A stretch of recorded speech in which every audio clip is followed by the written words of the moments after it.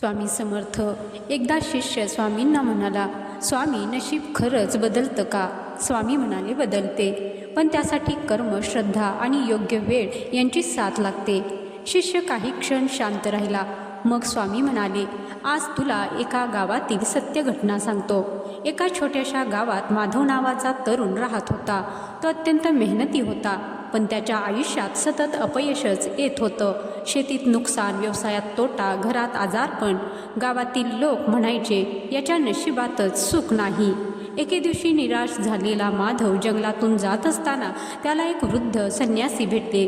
त्यांनी त्याला फक्त एवढेच सांगितले, उद्यापासून सलग 21 दिवस सूर्योदयापूर्वी उठ.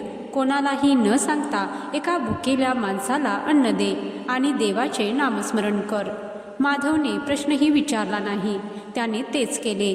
पहिले काही दिवस काहीच घडले नाही, पण 7व्या दिवशी त्याला एक विचित्र अनुभव आला. बंद पडलेल्या जुन्या विहिरीत अचानक भरपूर पाणी आले. गावकऱ्यांनाही आश्चर्य वाटले. 14व्या दिवशी त्याच्या घराच्या अंगणात पुरलेल्या जुन्या पेटीचा शोध लागला. सर्वांना वाटले त्यात सोने असेल, पण पेटीत फक्त त्याच्या आजोबांनी लिहिलेली एक चिठ्ठी होती. त्यावर लिहिले होते, खरे धन जमिनीत नाही, माणसाच्या कर्मात असते. जेव्हा तुझे मन बदलेल तेव्हा तुझे नशीबही बदलेल. माधवला या शब्दाचा अर्थ कळाला. 21व्या दिवशी गावात एक व्यापारी आला.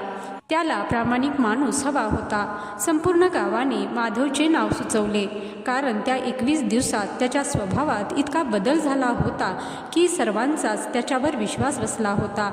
काही वर्षात तोच माधव गावातील सर्वात यशस्वी आणि आदरणीय माणूस बनला. शिष्य आश्चर्याने म्हणाला, स्वामी, मग चमत्कार विहिरीत नव्हता, पेटीत नव्हता, त्या व्यापाऱ्यातही नव्हता?